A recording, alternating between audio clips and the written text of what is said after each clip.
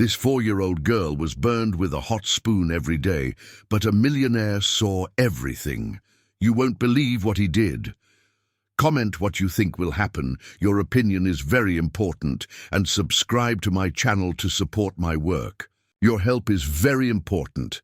The scream sliced through the muggy afternoon air like a knife, echoing through the cobblestone streets of Charleston, South Carolina, at precisely 3 p.m. Richard "Rich" Harding, 52, almost dropped his coffee mug as he turned away from the window of his luxury condo. It was always at the same time, always with the same desperate intensity. For the past 3 weeks, that sound had been coming from the weather-beaten 2-story house across the street, a faded yellow building with peeling blue shutters that contrasted sharply with the sleek lines of his modern building. "Must be a kid throwing a tantrum," he muttered to himself, adjusting his tie before getting back to work. As the owner of Harding Construction, one of the largest construction companies in the region, Rich was used to solving complex problems, but he preferred to stay out of other people's drama, especially after 5 years of living alone, ever. Since he lost his wife Marie on a rainy night, he preferred not to remember. Across the street, inside the dilapidated house, Lily curled up in the corner of the kitchen, her 4 years of age insufficient to understand why her Aunt Carol hated her so much. The 38-year-old woman held a metal spoon firmly, having heated it on the gas stove. Her eyes, red from alcohol, were fixed on the little girl trembling before her. "You're a curse on this house," Carol hissed, her voice slurred from the whiskey. She'd been drinking since noon at Tony's bar. "Because of you, my sister's gone. Because of you, I lost everything." The spoon came down hard on Lily's small arm, leaving a red mark that joined the other scars, dotting her thin limbs. Lily bit her lip to avoid screaming louder. She had learned that screams only enraged her aunt further, who had worked at City Hall until she was fired for constant absenteeism caused by her addiction. The little girl closed her eyes and tried to remember her mother, Jenny's soft voice, singing that lullaby before bed. It was all that was left of her now. Fragments of memories and a melody that insisted on echoing in her mind during the most painful moments. "Stop your sniveling," Carol growled, putting the spoon back in the drawer as if it were the most natural gesture in the world. "Go to your room, and I don't want to see you until tomorrow. And if you mess up the walls again with that dirty charcoal, you'll see what real punishment is." Lily ran to the small room at the back of the house, a stuffy space with an old bed, and a crucifix on the wall. There she wrapped herself in the thin sheet and began to hum her mother's song softly, the only thing that still comforted her. She didn't know that across the street, someone had finally paid attention to that melody. Rich stopped reviewing the contracts when he heard the faint but distinct sound. He knew that song. Marie used to sing it when she was cooking, a folk song about free birds. But where was it coming from? He approached the window again, his eyes scanning the facade of the dilapidated house. One of the back windows was ajar, and from there came that childish voice, trembling but persistent. For the first time in 3 weeks, Rich felt something different from mere annoyance. There was something in that voice that touched a sensitive chord in his chest, something that reminded him of responsibilities long buried under layers of work and isolation. Next door to the old house, Martha Stevens, a 61-year-old retired schoolteacher, was watering her begonias when she heard the girl singing. Unlike Rich, she could no longer ignore the signs. During her 40 years teaching elementary school, she had developed a sixth sense for children in distress, and that voice carried a pain that made her heart clench. That's strange, she thought, observing the windows of the Davis house, a family she had known for decades. Carol had always been troubled, but since she took custody of her orphaned niece, something had changed in the air of that house. The girl never played in the yard, never ran through the streets like the other children in the historic city. Martha dried her hands on her apron and made a decision. The next morning, she would pay a courtesy visit to her neighbor. It had been a long time since she had talked properly with Carol, and maybe it was time to get to know little Lily better. Meanwhile, Rich remained at the window, an uncomfortable feeling growing in his chest. The music had stopped, but something in those few minutes had awakened memories that he preferred to keep dormant. Memories of Jenny, his former employee, who had quit abruptly 5 years ago, a few months before Marie's accident. Jenny was a kind woman, always humming while organizing the construction company's files. Then, suddenly, she had simply disappeared from his life, leaving only a formal resignation letter and many unanswered questions. He had never thought about her again until he heard that familiar song, echoing from a house where a child seemed to be suffering in silence. The sun began to set over the mountains surrounding Charleston when Lily finally fell asleep, exhausted by pain and fear. Her small fingers clutched the sheet, and in her dreams she flew like the bird she secretly drew on the kitchen walls with pieces of charcoal found in the backyard. Across the street, Rich closed the curtains and tried to get back to work, but he couldn't concentrate.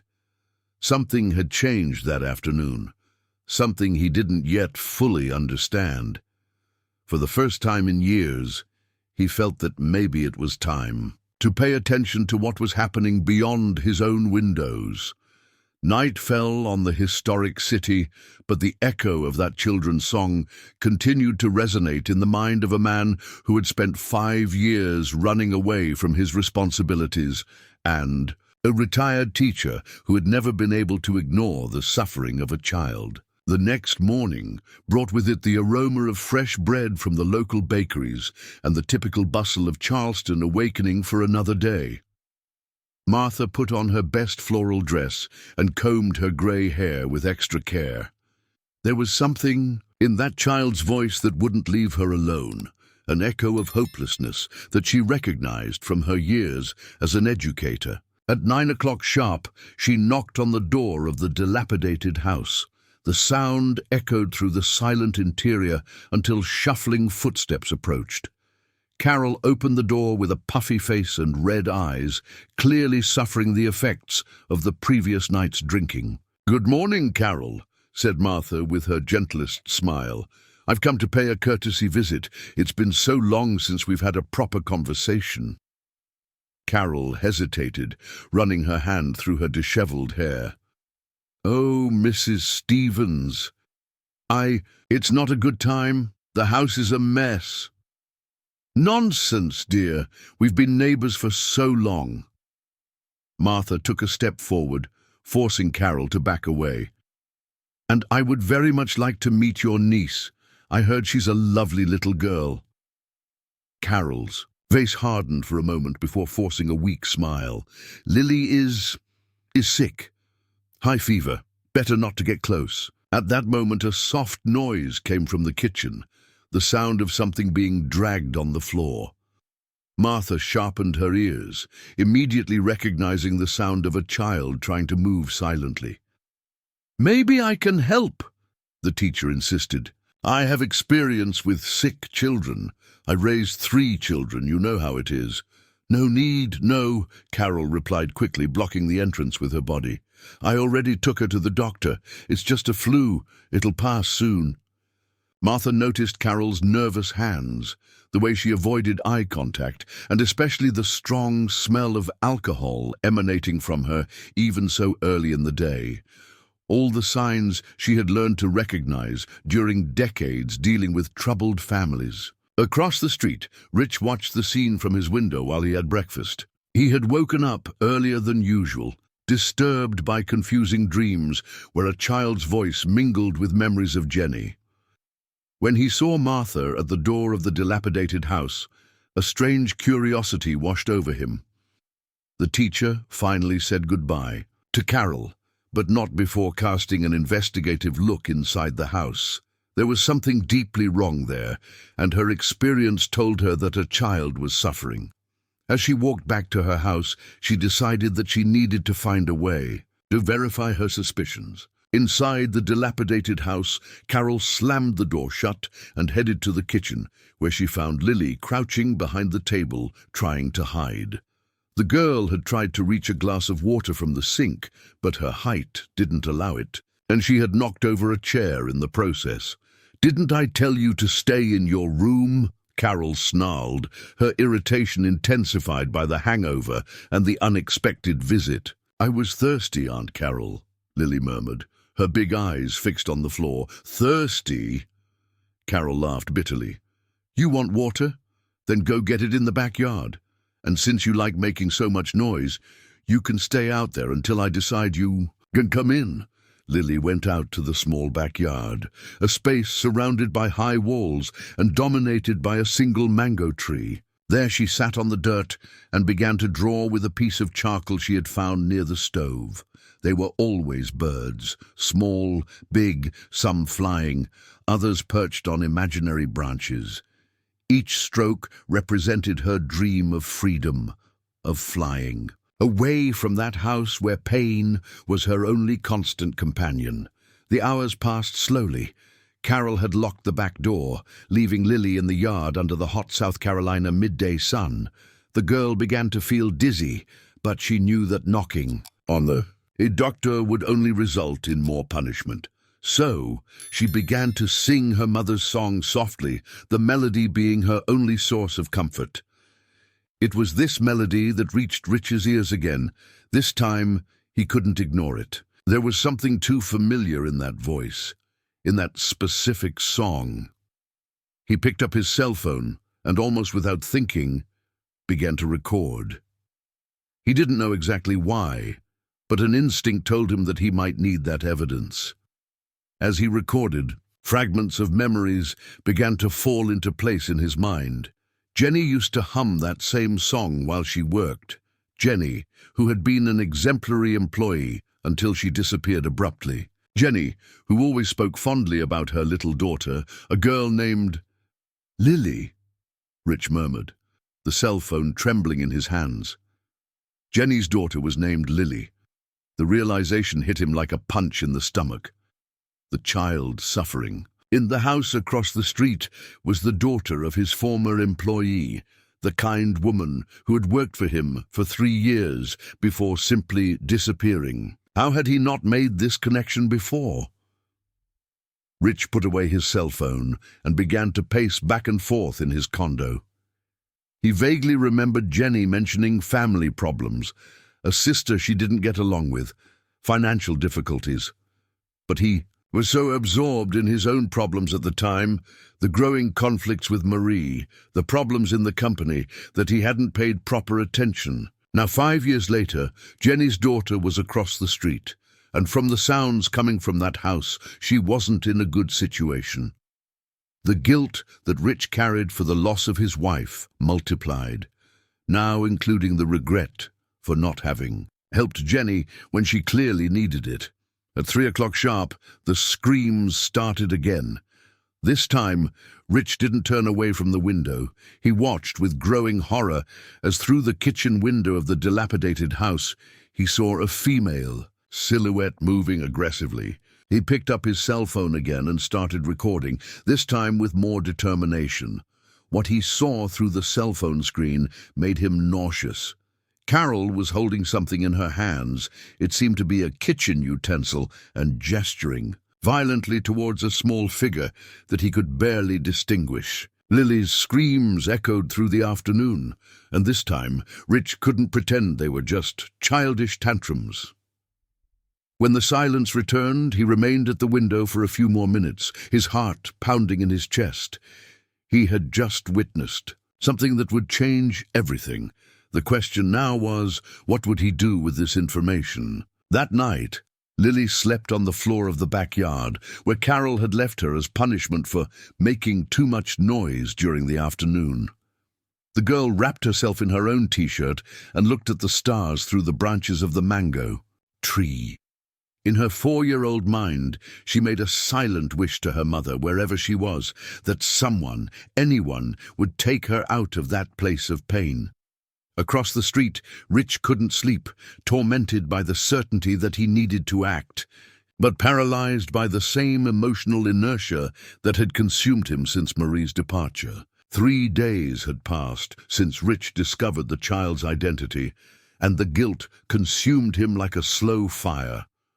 During those days, he had systematically documented the episodes of violence, always at 3 o'clock in the afternoon, always with the same methodical brutality. His collection of videos and audios grew, but his courage to act remained paralyzed by the same cowardice that had haunted him since the night he lost Marie. On that Thursday morning, Martha made a decision that would change the course of everything. She had spent the entire night awake, tormented by the certainty that a child was suffering just a few meters from her house. Her 4 decades as an educator had taught her to recognize the signs, and all of them were present in the Davis house. She decided to approach the situation differently. Instead of attempting a new direct visit to Carol, she opted for a more subtle strategy. At 7 in the morning, she positioned herself in the side yard of her house, the place from which she had the best view of the backyard of the dilapidated house. What she saw horrified her. Lily was sitting under the mango tree, completely alone, wearing only a torn t-shirt and underwear. Her small arms were marked by obvious burns, some still red and inflamed.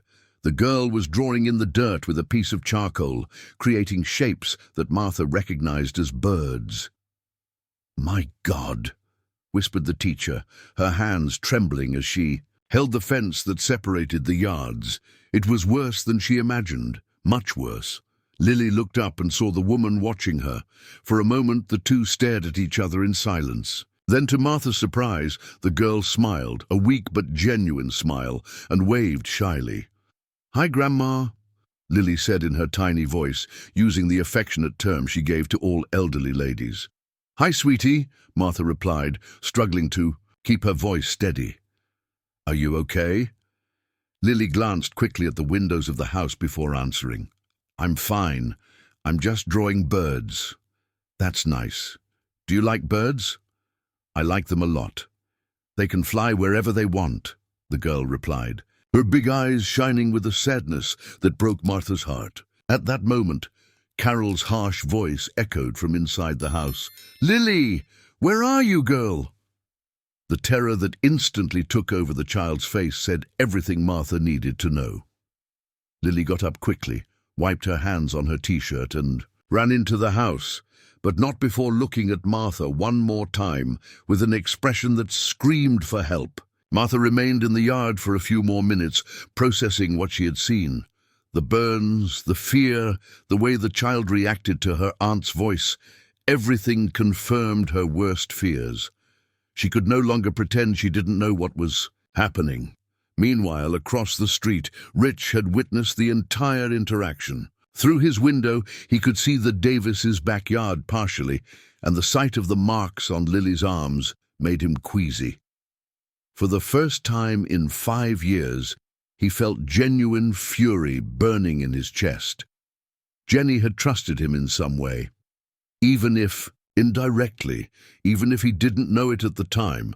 She had left her daughter in the care of a family that lived in the same city where he lived. And now, that child was being tortured while he watched from his comfortable condo, paralyzed by his own cowardice. At 11 in the morning, Martha made a courageous decision. She put on her best dress, took a tray of homemade cookies she had prepared as a pretext, and headed to the old house again. This time, she wouldn't take no for an answer. Carol answered the door reluctantly, clearly annoyed by her neighbor's insistence. "Mrs. Stevens, I already told you it's not a good time." "Carol, dear, I brought some cookies I made yesterday," Martha interrupted firmly. "And I insist on getting to know little Lily better. As old neighbors, it's our duty to support each other." Before Carol could protest, Martha had already entered the house, using all the authority that decades of classroom experience had given her. The interior of the old house was dark and smelled of mildew mixed with alcohol. Old and poorly maintained furniture occupied the living room, and there was a heavy atmosphere that made the air seem difficult to breathe. Lily is sleeping, Carol lied, blocking the way to the back of the house. That's a shame. Maybe another time then, Martha said, but her experienced eyes had already catalogued several disturbing details, dark stains on the kitchen floor that seemed to have been poorly cleaned, a metal spoon left on the stove, and especially small charcoal drawings on the walls that had clearly been made by a child. At that moment, a low sound came from the direction of the kitchen, a muffled sob, almost imperceptible. Martha and Carol froze. The silence that followed was tense and revealing. "Must be the neighbor's cat," Carol said quickly, but her voice trembled slightly. Martha smiled and nodded, but she had decided that she had already seen enough. "Well, I'll let you rest then. But Carol, remember that I'm always right here if you need anything at all." Martha's tone made it clear that it wasn't just a casual offer of help. It was a subtle but direct warning. After the teacher left, Carol locked the door firmly and headed to the kitchen, where she found Lily huddled behind the stove, trying to hide. The girl had cried when she heard Martha's gentle voice, remembering the kindness she had once known. "You were making noise," Carol accused, her eyes already gleaming with familiar fury. "No, Aunt Carol, I didn't make noise," Lily protested, but her small voice sounded weak even to her. Carol picked up the metal spoon that was on the stove and put it directly on the flame. Lily recognized the ritual and began to tremble. She knew what was coming next. "You want to attract attention, don't you?" Carol hissed as the spoon heated up. "You want the neighbors to come here asking questions? You think I don't know how to take care of you?" Across the street, Rich had positioned his cell phone on the window and was recording again. This time, he managed to capture not only the sounds, but also partial images through the kitchen window. What he saw made him make a decision that would change everything. He could no longer be just a silent observer. Jenny had been a good person, a dedicated employee who always spoke of her daughter with love. That child was his responsibility. Now, whether he wanted it or not, while Lily suffered another episode of systematic torture, Rich made a call he hadn't made in months. He called Dr. Ben Carter, his personal lawyer and old college buddy. "Ben, I need your help with a delicate situation," he said, watching through the window as Lily's screams echoed through the afternoon. "It's about a child, and I think it could be a matter of life." That night, after Carol fell asleep drunk on the living room couch, Lily managed to slip out silently into the backyard. Her new burns were throbbing, but the physical pain was less than the pain in her heart. She sat under the mango tree and looked at the stars, humming her mother's song softly. What she didn't know was that, for the first time in months, someone was truly paying attention to her suffering, and that, in the coming days, her life would change in ways she couldn't even imagine. Dr. Ben Carter arrived at Rich's condo on Friday morning with a grave expression on his face. The two men had been colleagues at university nearly 3 decades ago, and Ben knew well the emotional isolation that his friend had built after the loss of his wife. That's why the urgent phone call the night before had surprised him so much. "Rich, I need you to tell me exactly what's going on," Ben said, sitting in the condo's spacious living room. "You talked about a child in danger, but I need details." Rich poured coffee and positioned himself near the window, the place that had become his obsession in recent days. "The girl who lives in the house across the street is the daughter of a former employee of mine, Jenny Davis. She is being mistreated by the aunt who's taking care of her." "Mistreated how?" Ben asked, taking a notepad from his briefcase. "Burns, daily screams, neglect." Rich paused, struggling with the words. "I have recordings, Ben, evidence of what's happening." Ben was silent for a moment, processing the information. "Rich, this is very serious. If you have evidence of child abuse, you need to contact Child Protective Services immediately." "I know," Rich replied, running his hands over his face. "But there's something else. Jenny worked for me for 3 years. She quit abruptly in 2019, a few months before Marie's accident. I never understood why, but now you feel responsible, Ben completed, understanding the emotional complexity of the situation. Rich nodded. If I had paid more attention at the time, maybe I could have helped. Maybe Jenny wouldn't have needed to leave her daughter with that woman. At that moment, the familiar sound of screams echoed from the house across the street. Even though it was only 9 in the morning, both men turned to the window, and Ben could see the look of anguish on his friend's face. "This happens every day?" he asked, horrified. "At 3 in the afternoon religiously, but sometimes at other times too," Rich replied, picking up his cell phone. "Want to see the recordings?" Ben watched the videos in growing silence, his face paling with each scene. As a lawyer specializing in family law, he had seen many cases of child abuse, but something in the systematization of that violence deeply disturbed him. "Rich, we can't wait any longer. I need you to give me all these recordings today. I'm going to contact Child Protective Services and the district attorney. This child needs to be removed from that house immediately." While the two men planned the intervention, across the street, Lily was living another day of terror. Carol had woken up with a particularly bad hangover and discovered that there was no more alcohol in the house. Her irritation multiplied when she found new drawings of birds that Lily had made on the kitchen wall during the early hours. "How many times do I have to tell you not to mess up the walls?" Carol shouted, holding Lily by the arm hard enough to leave marks.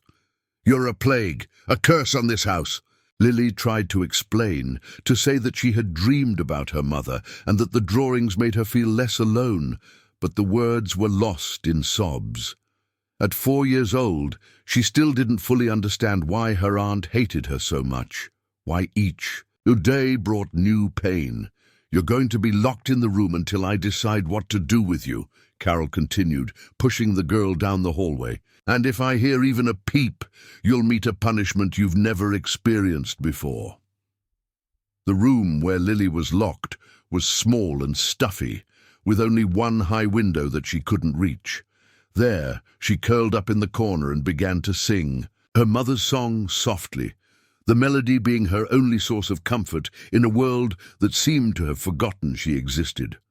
It was this song that Martha heard when she passed by the Davis house on her way to the market. The retired teacher had spent the entire night thinking about the conversation with Lily in the yard, the marks she had seen on the child's arms, the atmosphere of fear that permeated that house. Martha stopped in front of the gate and listened. Lily's voice was weak, but filled with a sadness that broke the teacher's heart.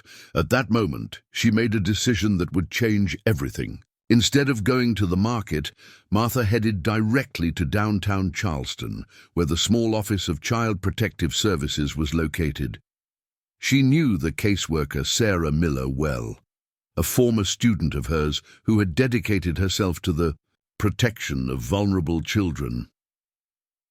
"Sarah, I need to talk to you about a very serious situation," Martha said, entering the office without ceremony. Sarah looked up from the papers she was analyzing. "Mrs. Stevens, it's good to see you. What brings you here today?" "A child in danger. My neighbor. I'm sure she's being mistreated." Sarah straightened in her chair, her expression immediately becoming serious. During her 5 years as a caseworker, she had learned to recognize when a complaint was serious, and Martha Stevens was not the type of person who would make frivolous accusations. "Tell me everything," Sarah said, picking up a complaint form.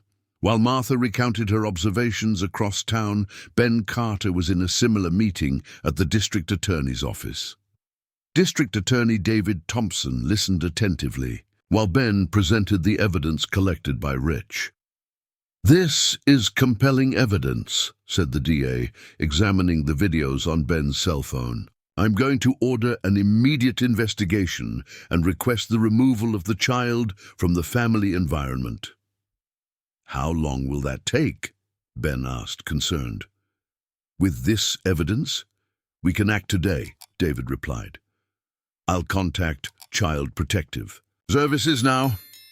It was how, by a coincidence that would change Lily's destiny, two simultaneous complaints arrived at Child Protective Services on the same morning. Sarah Miller was finishing writing down Martha's report when her phone rang. Child Protective Services, Sarah Miller speaking. Sarah, this is DA David Thompson. I need you to make an urgent intervention at a house on Cobblestone Street. We have evidence of serious child abuse. Sarah paused, her pen suspended over the paper. Is it number 127 by any chance? The old yellow house? Exactly. How did you know? I just received a complaint about the same house, Sarah replied, looking at Martha in surprise. Two independent sources. That confirms the seriousness of the situation. At 2 in the afternoon, a coordinated operation was being set up. Sarah Miller, accompanied by 2 social workers and a sheriff's deputy, was heading to Cobblestone Street. Martha had offered to accompany the team, using her experience with traumatized children. Rich watched everything from his window, his heart pounding in his chest. Finally, after days of paralysis, he had managed to act. Ben was by his side, both witnessing the moment that would change Lily's life forever. You did the right thing, Ben said, placing his hand on his friend's shoulder. I hope it's not too late, Rich replied, his eyes fixed on the team approaching, the old house. At the Davis house, Carol had left to buy alcohol at Tony's bar, leaving Lily locked in the stuffy room. The girl continued singing softly, unaware that her life was about to change radically. When Sarah Miller knocked on the door of the old house and received no response, she used her legal authority to enter the property. What they found inside surpassed even their worst expectations. A dirty and poorly maintained house, a strong smell of alcohol, and obvious signs of neglect in every room. It was Martha who first heard the weak voice coming from the room in the back. There's someone here, she said, guiding the team down the hallway.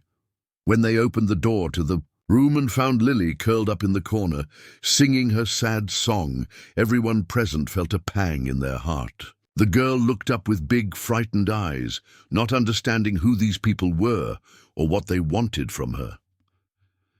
Hi, sweetie, said Sarah Miller, crouching down to get to the child's level. My name is Sarah. We're here to help you. Lily looked at Martha, recognizing the kind lady who had talked to her in the yard. A glimmer of hope shone in her eyes, but it was quickly replaced by fear. Aunt Carol will be mad, she whispered.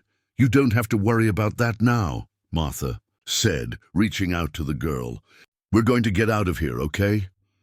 And so, after 8 months of silent suffering, Lily was finally removed from the house, where she had known only pain and fear, beginning a journey that would lead her back to the light she had lost when her parents departed this world. Lily's departure from the old house was a moment that would be etched in the memory of everyone present. The girl held Martha's hand firmly, her steps small and hesitant, as she crossed the doorway that had been her prison for so many months.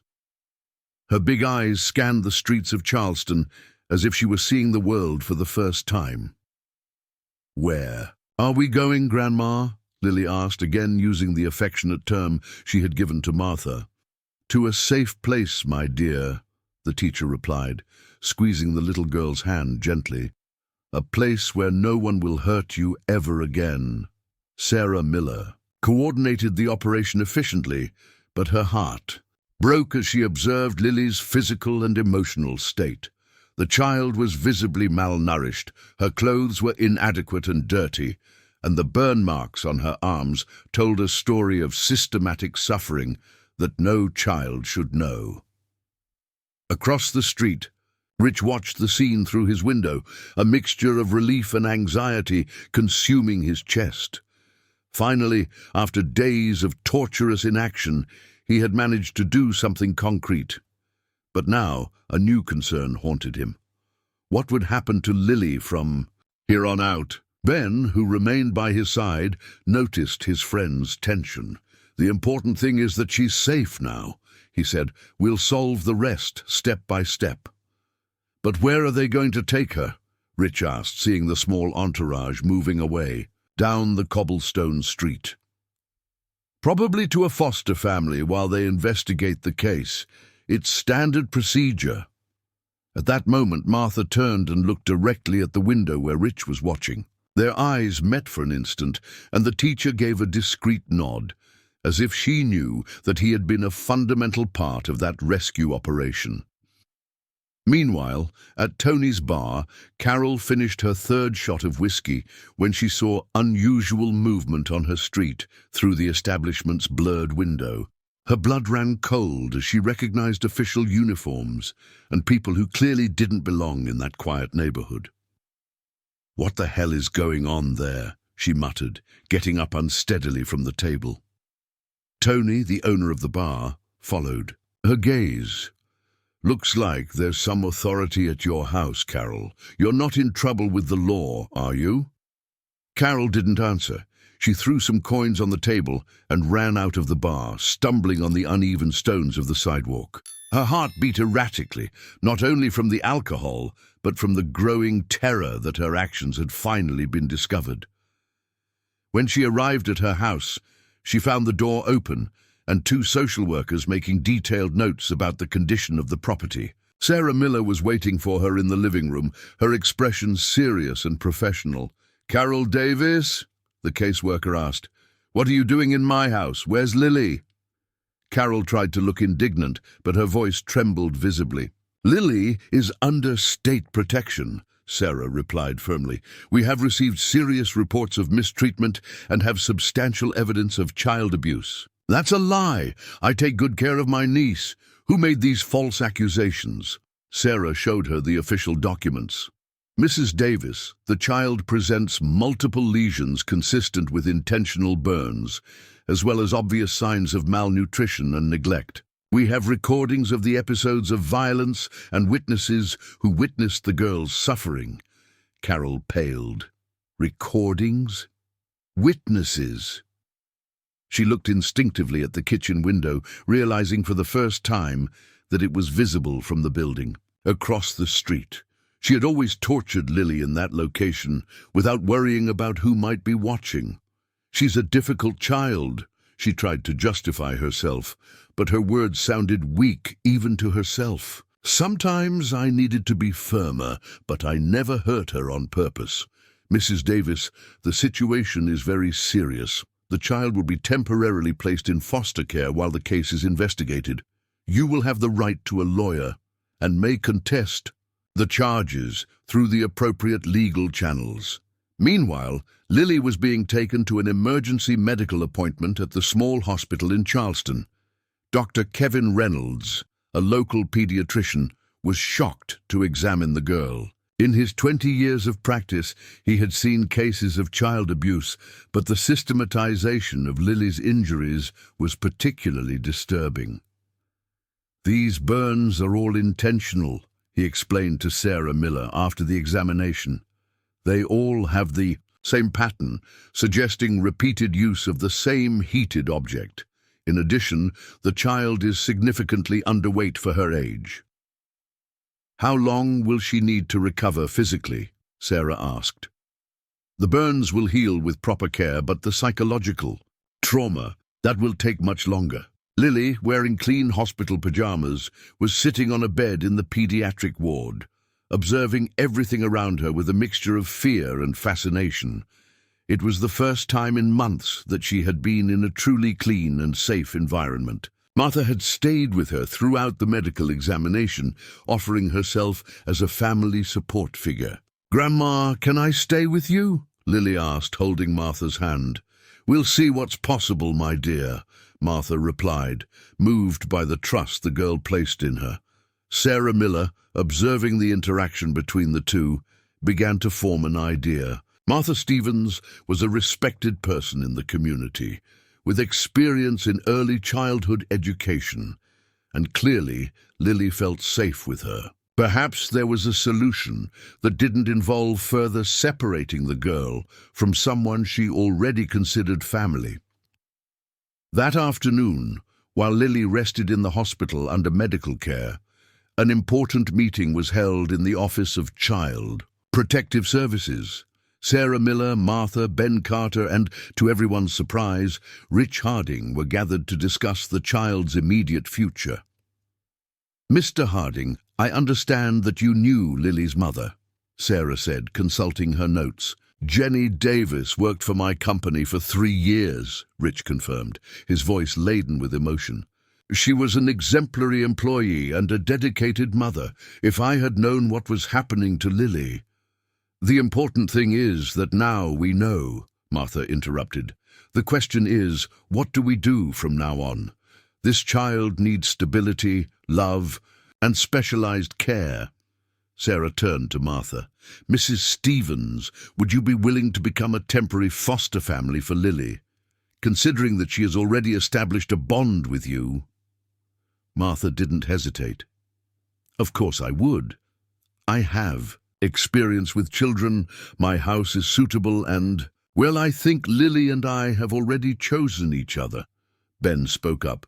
"My client, Mr. Harding, would like to contribute financially to the girl's care. He feels responsible, considering his connection with the child's mother." Rich nodded.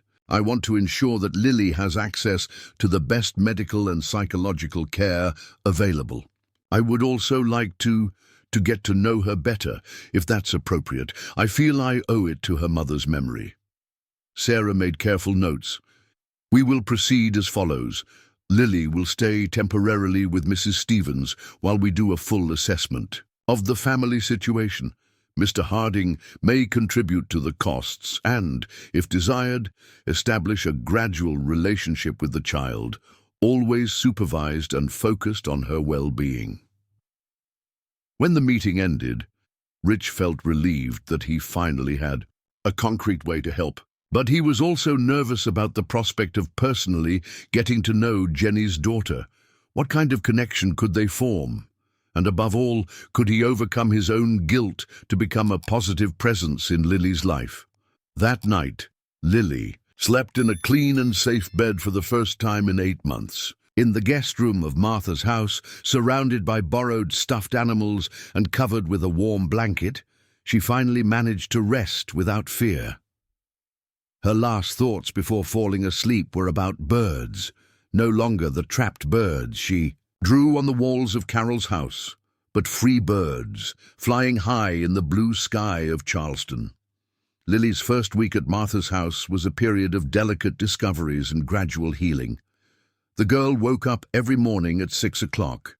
The time. She used to be woken up by Carol with screams and lay still in bed, waiting for the first sign of violence. When she realized that there was only silence and the aroma of fresh coffee coming from the kitchen, a timid relief took over her small heart.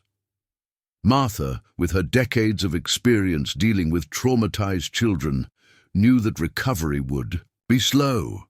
She established a gentle routine: breakfast at the kitchen table lit by the sun, then free time in the flowered backyard, and always a lot of patience with the sudden silences and the tremors that still afflicted Lily. "Good morning, my little flower," Martha said every morning, using a gentle tone that made Lily's eyes fill with tears, not of pain, but of an emotion she had almost forgotten existed. On the 3rd day, something extraordinary happened. Lily was in Martha's backyard, watching a hummingbird that visited the red flowers in the garden, when she began to hum her mother's song softly. But this time, for the first time in months, her voice wasn't choked by fear. Martha, who was watering the nearby plants, stopped to listen. It was a beautiful melody, full of longing, but also of hope. When Lily finished, she looked at the teacher with an almost surprised expression on her face.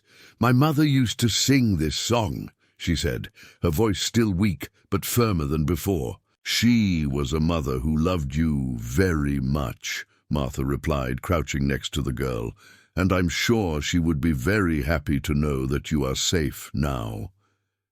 It was at this moment that Rich appeared at the gate. He had been gathering courage to make that visit for 3 days, always finding an excuse to postpone it. Ben had scheduled the meeting with Martha, explaining that it would be important for Lily's healing process to meet people who had loved her mother. Lily hid behind Martha when she saw the tall, well-dressed man approaching. Rich stopped a few feet away, noticing the fear in the child's eyes.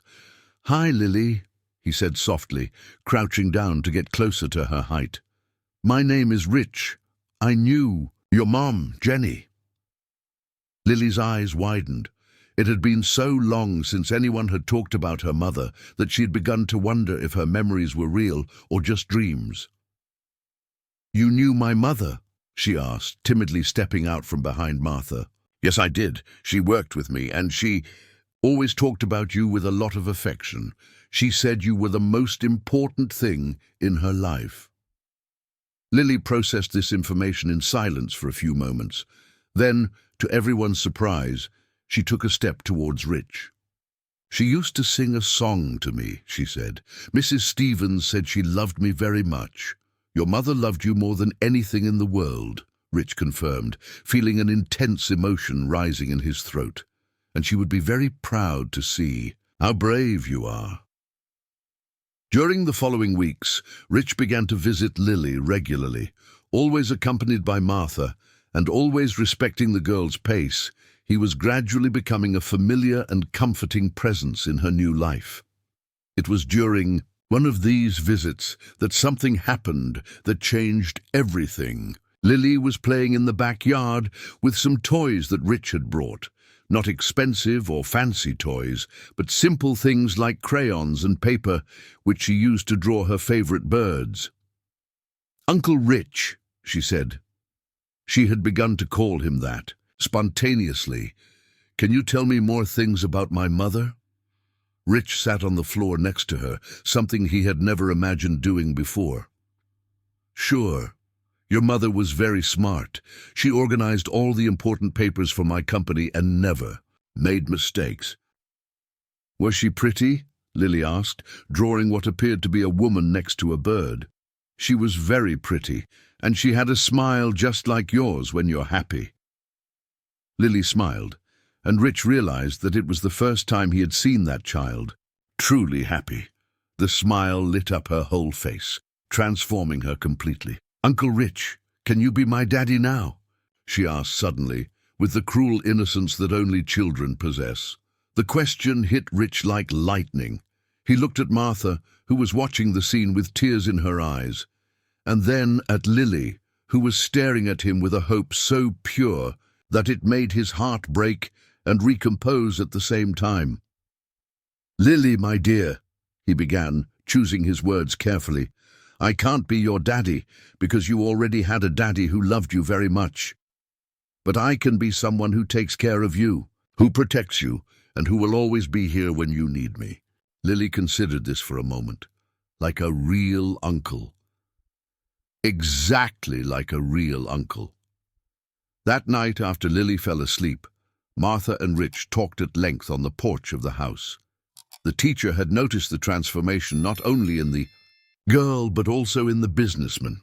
He had traded his formal suits for more casual clothes during the visits. His laughter had become more frequent, and she could see that taking care of Lily was healing something deep inside him. "She's recovering well," Martha said, "but she still has nightmares some nights. She wakes up crying and calling for her mother."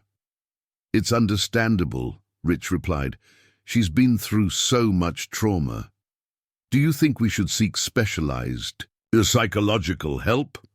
"I'm already arranging that. I know an excellent child psychologist in Greenville. She can come here a few times a week." "I'll cover all the costs," Rich said immediately. "Rich, can I ask you something?" "Sure." "Why do you feel so responsible for Lily? I know you knew her mother, but there's something more, isn't there?" Rich was silent for a long time, looking at the stars that shone over Charleston. Finally, he spoke. "When Jenny resigned, I was going through a very difficult time in my marriage. Marie and I were constantly arguing. I was only focused on my own problems. Jenny tried to talk to me a few times. She seemed worried about something, but I was so absorbed in my own issues that I didn't pay attention." He paused, his voice choked with emotion. If I had been a better boss, a better human being, maybe Jenny would have felt comfortable telling me about her difficulties. Maybe I could have helped, prevented her from having to leave Lily with Carol. You can't blame yourself for that, Martha said softly. I can, and I'll carry that guilt forever. But now I have a chance to do something right, to honor Jenny's memory by taking care of her daughter. That night, Rich made a decision that would change not only his life, but also Lily's future. He would contact Ben the next morning to discuss the possibility of becoming officially responsible for the girl, along with Martha. Meanwhile, in the guest room, Lily slept peacefully for the first time in her life. In her dreams, she flew with the birds she drew, but now she didn't fly to escape. She flew for pure joy, knowing that there were people who loved her waiting when she came home. 2 weeks after the conversation on the porch, Lily had transformed into an almost unrecognizable child. Her hair, once always dirty and tangled, now shone under Martha's loving care. Her cheeks had gained color. Her eyes had recovered the natural sparkle of childhood, and she had begun to talk more, sharing little stories and asking curious questions about the world around her. On that Tuesday morning, something unexpected happened. Lily was drawing at the kitchen table when she asked Martha, "Grandma, why did Aunt Carol hurt me?" The question caught Martha off guard. She had prepared for this moment, talking to the child psychologist, Dr. Eleanor Reynolds, about how to address the trauma when Lily was ready to talk about it. "My dear," Martha said, sitting next to the girl, "some grown-up people get very sad and angry with life, and sometimes they hurt other people, especially little children like you. But that didn't happen because you did something wrong." "I did something wrong," Lily insisted, her voice getting small. "Aunt Carol always said I was a curse, that because of me, Mom went away." Martha felt her heart clench. "Lily, look at me," she said, gently holding the girl's face. "Your mom didn't go away because of you. Your mom loved you more than anything in the world, and you were never ever a curse. You are a blessing." At that moment, the doorbell rang. It was Rich, arriving for his daily visit. When he entered the kitchen and saw Lily with red eyes, he immediately worried. "What happened?" he asked, crouching next to her chair. "Lily was telling me about her feelings," Martha explained. Lily looked at Rich with a serious expression beyond her 4 years. "Uncle Rich, Aunt Carol said I killed my mum. Is it true?" The question was like a punch to Rich's stomach. He closed his eyes for a moment, gathering strength to respond as gently as possible. "Lily, listen carefully to what I'm going to tell you," he began, his voice firm but loving. "Your mother passed away because she got sick, very sick. It had nothing to do with you. And wherever she is now, she's proud of the brave little girl you are. But if I hadn't been born, wouldn't she have gotten sick?" Lily insisted. "If you hadn't been born, your mother would never have known true happiness," Rich replied. "She told me that you were the light of her life, the reason why she smiled every day." Lily processed these words in silence. Then something unexpected happened. She got up from the chair and hugged Rich. A tight and desperate hug from a child who had finally found a safe harbor. "I like you, Uncle Rich," she murmured against his chest. "I like you very much too," he replied, his voice choked with emotion. That afternoon, while Lily played in the backyard, Rich and Martha received an unexpected visit. Sarah Miller, from Child Protective Services, arrived with a worried expression on her face. "We need to talk," she said, sitting in the living room. "I received news about Carol Davis." "What happened?" asked Martha, immediately alert. "She's contesting the removal of Lily's custody. She got a lawyer and is claiming that the charges are unfounded, that she was the victim of a conspiracy of neighbors." Rich stood up abruptly. "That's impossible. We have recordings, medical evidence, witnesses." "I know," Sarah said, trying to calm him down. And our evidence is solid, but the legal process can extend for months. During that period, there is a possibility that a judge will order supervised visits. The idea of Lily having to see Carol again made Martha's blood run cold. She can't be exposed to that. She's barely started to recover. There's something else, Sarah continued. Carol's lawyer is questioning the suitability of the current arrangement. They are arguing that Lily should be in a traditional family, not with a single retired lady. That's ridiculous, Rich protested. Martha has provided Lily with more love and care in 2 weeks than she received in 8 months with her aunt. I completely agree, Sarah said. But we need to prepare for this legal battle. You need a strong lawyer. Ben Carter is excellent, Rich said immediately. He'll represent us. It was at this moment that Lily ran into the room, interrupting the adults' serious conversation. She was holding a drawing she had made in the backyard. Look, she said, showing the paper. I drew our family. The drawing showed 3 figures, a grey-haired woman who clearly represented Martha, a tall man in a suit who was rich, and between them, a little girl smiling. Everyone was holding hands, and there were colourful birds flying around them. Sarah Miller observed the drawing with professional interest. Lily, can you tell me about your drawing? It's Grandma Martha, Uncle Rich and me, Lily explained. We're a family, and the birds are happy because nobody hurts them. And where? Are you in the drawing? Sarah asked. In the middle, Lily replied, as if it were obvious, because they take care of me on both sides. After Sarah left, Rich stayed at Martha's house until late, the 2 adults discussing strategies to protect Lily from a possible prolonged legal battle. There's something I need to tell you, Rich said finally. I talked to Ben about the possibility of adoption. Martha raised her eyes, surprised. Adoption.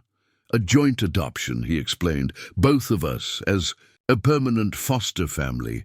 Ben said that cases like this are rare, but possible, especially considering the unique circumstances of the situation.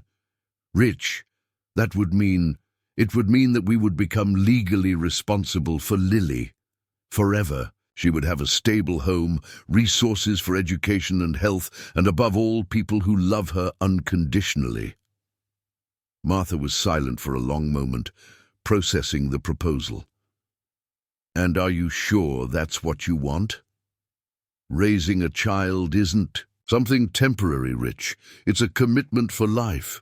I'm absolutely sure, he replied without hesitation. Lily has already changed my life in ways I never imagined were possible. She has given me a purpose that I had lost a long time ago. And if Jenny didn't approve? Martha asked. Rich thought carefully before answering. I think Jenny would want her daughter to be raised by people who love her, and I believe she would know that we're doing this out of love, not out of guilt or obligation. That night, after Lily fell asleep, Martha entered the room to check if she was okay. The girl slept peacefully, hugging a teddy bear that Rich had brought. On her nightstand was the drawing of the family she had made, as if it were her most precious treasure. My little warrior, whispered Martha, adjusting the blanket. You don't know it yet, but you have 2 people willing to move mountains to protect you. Across town, in his condo, Rich looked out the same window from which he had observed Lily's suffering months ago. But now, instead of guilt and paralysis, he felt determination and hope. No matter what Carol and her lawyer tried to do, he and Martha would fight with all their strength to ensure that Lily never knew fear and pain again. The battle for the official custody of Lily was just beginning, but she had already conquered something much more important, a family that loved her truly. The legal battle began 3 weeks later, and with it came a discovery that no one expected. Ben Carter had spent days investigating Carol Davis's history when he found information that completely changed the course of the case. In his office, he presented his findings to Rich and Martha with a grave expression. You need to know what I discovered about Carol, Ben said, spreading documents on the table. She's not just a woman with alcohol problems. There's something much more serious here. What do you mean? Rich asked, leafing through the papers. Carol Davis was fired from City Hall not only for absenteeism, but for suspected embezzlement of funds intended for children's social programs. She was never formally charged because the evidence mysteriously disappeared, but internal records show an ongoing investigation. Martha paled. She was stealing money intended for children. Apparently, yes. And there's more, Ben continued. I found medical records that show that Jenny Davis was hospitalized several times in the months before she left, always with injuries that doctors considered suspicious, but she never wanted to talk about how they happened.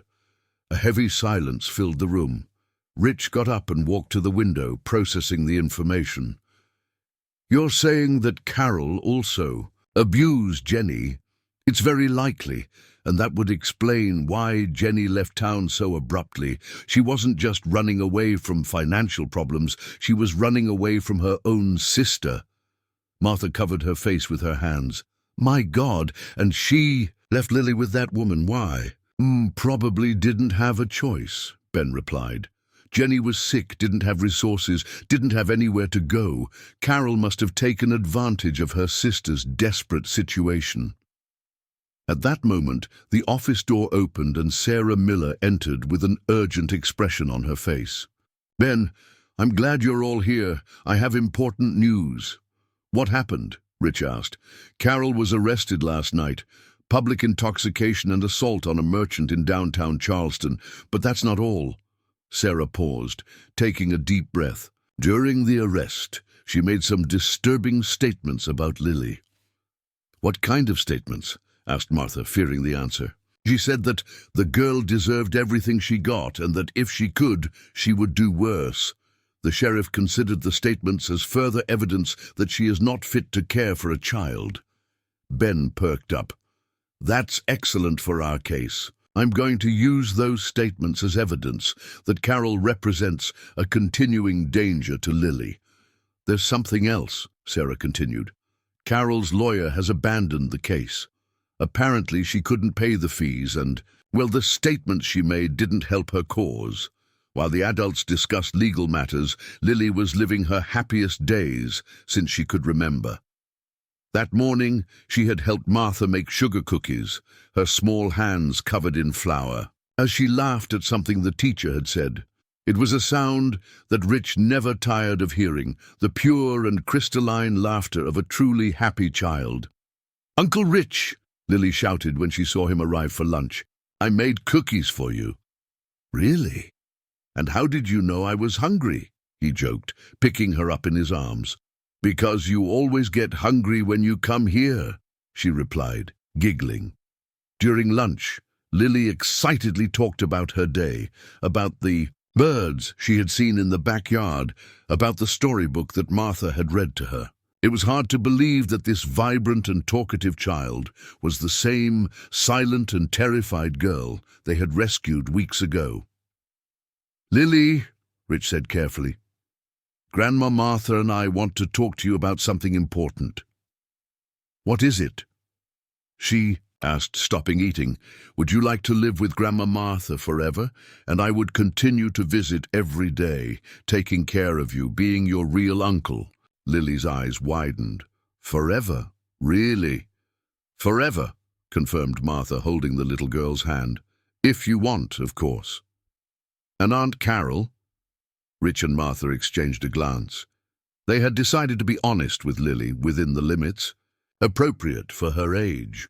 Aunt Carol can't take care of you anymore, Martha explained gently. She needs help to solve her problems first. Lily was quiet for a moment, processing the information.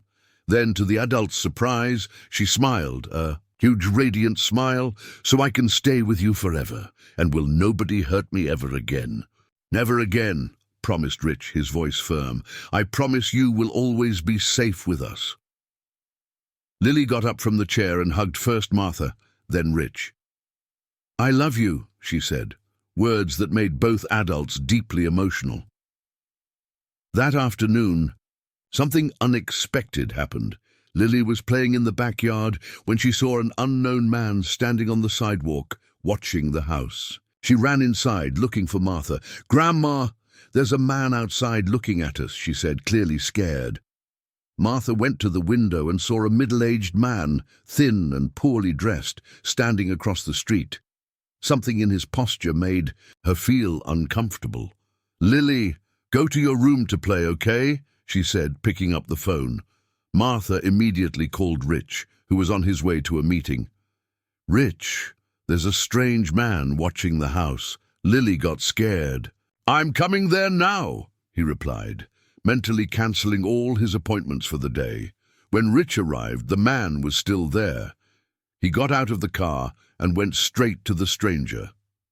"Can I help you with something?" Rich asked, his tone polite but firm. The man turned around, revealing a face marked by alcohol and a hostile expression. "You must be the rich guy who's footing the bill for all this," he said scornfully.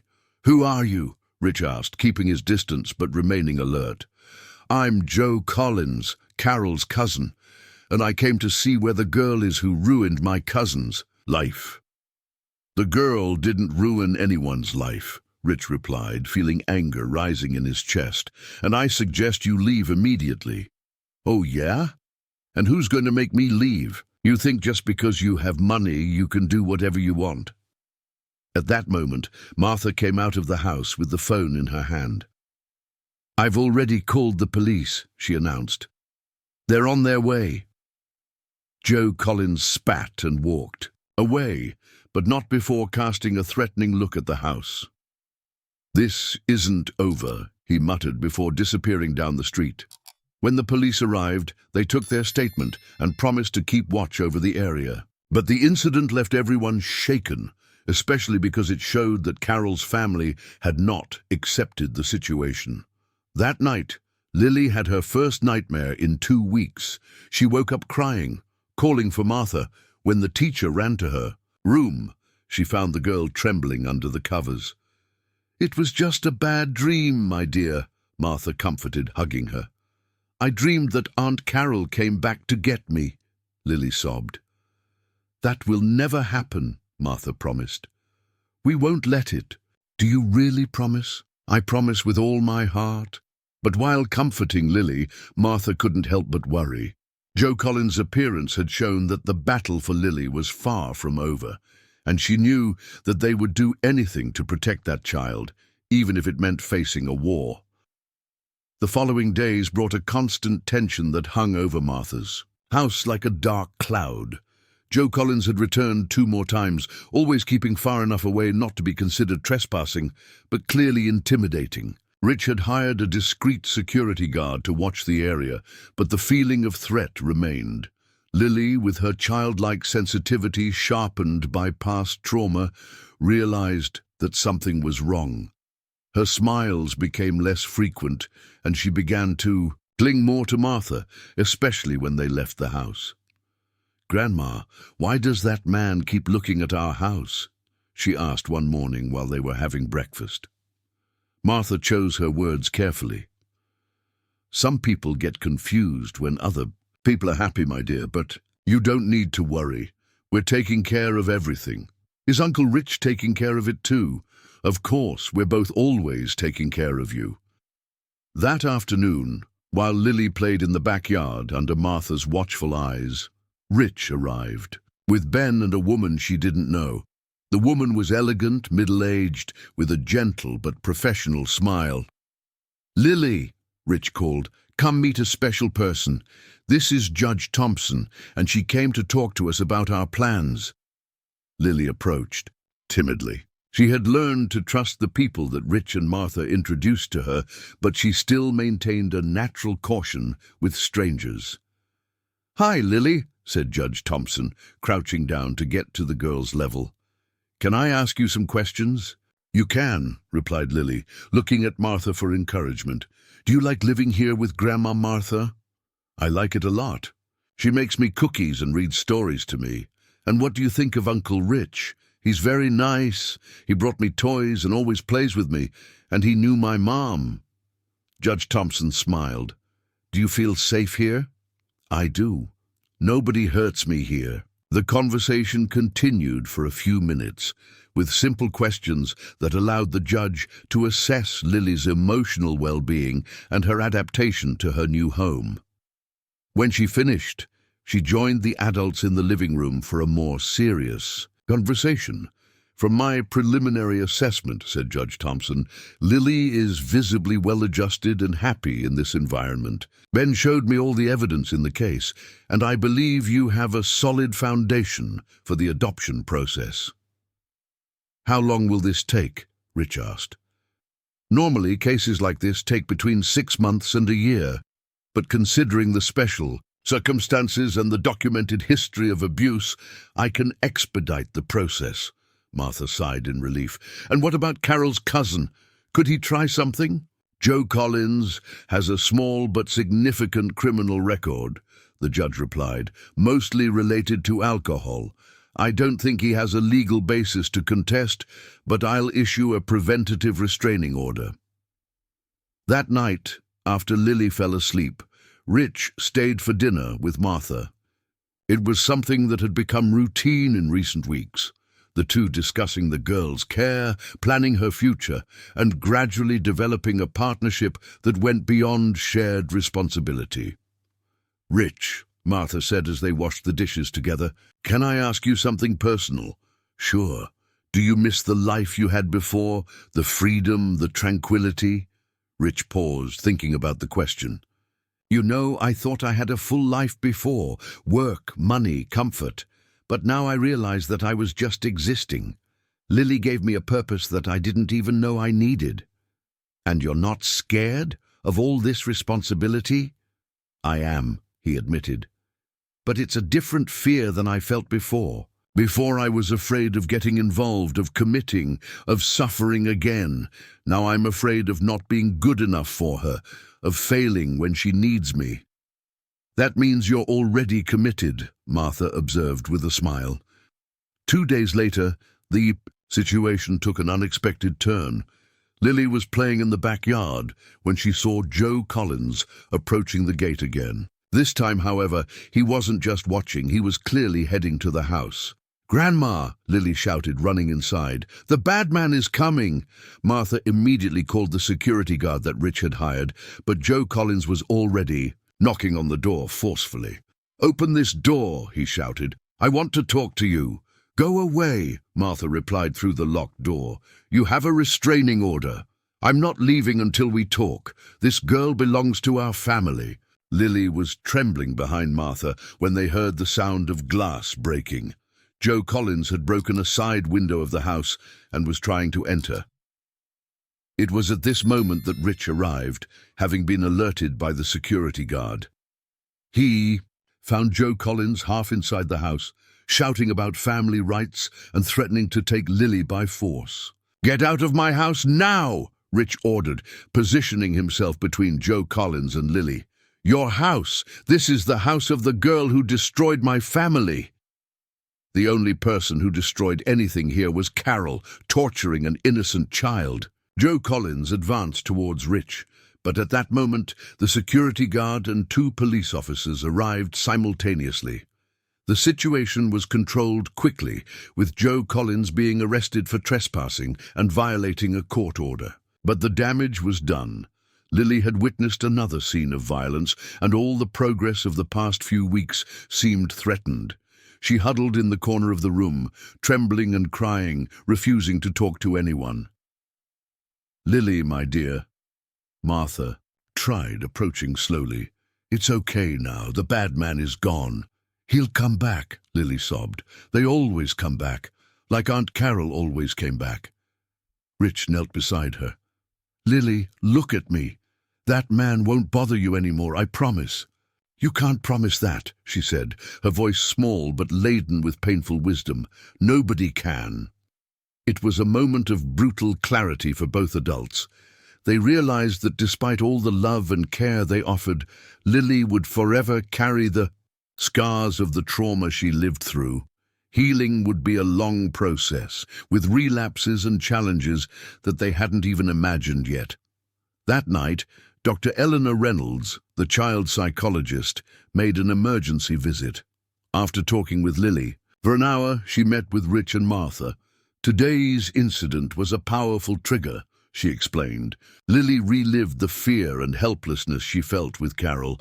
It will take some time for her to feel safe again. "What can we do?" asked Martha, clearly shaken. "Keep doing what you're doing. Love, patience, consistency. And maybe it's time to consider moving." Rich raised his head. "Moving? This house, as welcoming as it is still too close to the places where Lily suffered. Moving to a completely new environment could help her build genuinely safe memories." That night, after Lily finally fell asleep in Martha's room, she had refused to sleep alone. The two adults talked late into the night about this possibility. "Would you sell this house?" Rich asked. "If it's the best for Lily, yes," Martha replied without hesitation. "This house is just a place. Our family is what matters." "Our family," Rich repeated, liking the sound of the words. "Then let's look for a new home, a place where Lily can grow without shadows of the past." It was a decision that would change everything once again, but both knew that they would make any sacrifice to ensure that Lily had the happy and safe childhood she deserved. The search for a new house became a joint project that brought a renewed energy to the family that was forming. Rich had suggested buying a larger property on the outskirts of Charleston, where Lily could have more space to play, and they would be away from the painful memories of the historic center. "I want you to see some options," he said to Martha, one morning, spreading real estate brochures on the kitchen table. "I found some houses with large gardens, perfect for a child." Lily, who was having breakfast, became interested in the colorful images. "Uncle Rich, are we going to live in a new house?" "If you want to, yes, a house where you can have your own room, a big backyard to play in, and where nobody from the past can bother us." Lily's eyes sparkled with cautious curiosity. "Can I choose the color of my room?" "You can choose everything," replied Martha, hugging the girl. "Color of the walls, furniture, toys. It will be your special corner." The following weekend, the three went to see the houses that Rich had pre-selected. The first was too big, cold, and impersonal. The second had a beautiful garden, but was too close to the main road. It was at the third house that something magical happened. It was a two-story house, painted light yellow with blue trim, surrounded by a flowered garden where colorful butterflies danced among the flowers.